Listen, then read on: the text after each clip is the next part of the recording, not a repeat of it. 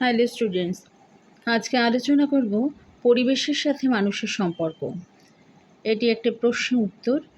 এই উত্তরটাকে তোমাদের একটু বুঝিয়ে দিচ্ছি, এটা তোমরা দেখবে।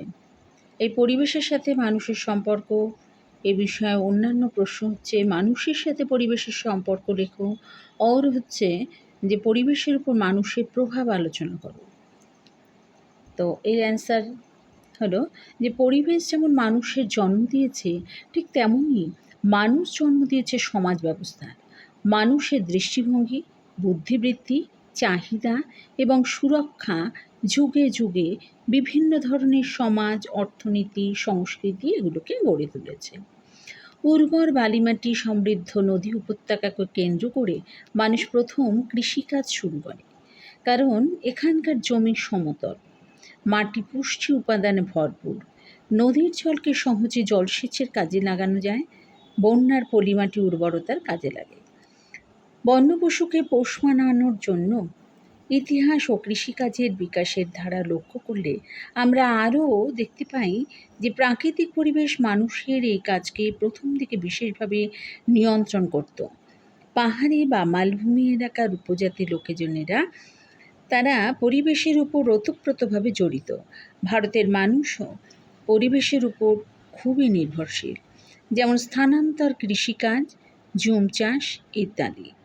পশুপালন ও কৃষিকাজের মধ্য দিয়ে মানুষ সর্বপ্রথম প্রকৃতিকে নিজের প্রয়োজনে ব্যবহার করার পথ আবিষ্কার করেছে।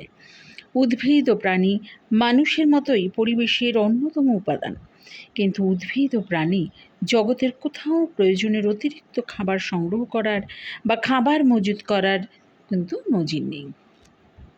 তো এইভাবে তোমরা এই পরিবেশের সাথে মানুষের সম্পর্ক এটিকে একটি নোটস তৈরি করে নেবে। তো এইভাবে দিচ্ছি, এছাড়াও আছে এখানে এরকমভাবে আমি নোটসগুলো দিয়ে দিয়েছি। নোটসটা খুবই সহজভাবেই লিখেছি। তো লাস্টলি আমি বলি যে পরিবেশে গাছপালাই ভারসাম্য বজায় রাখে।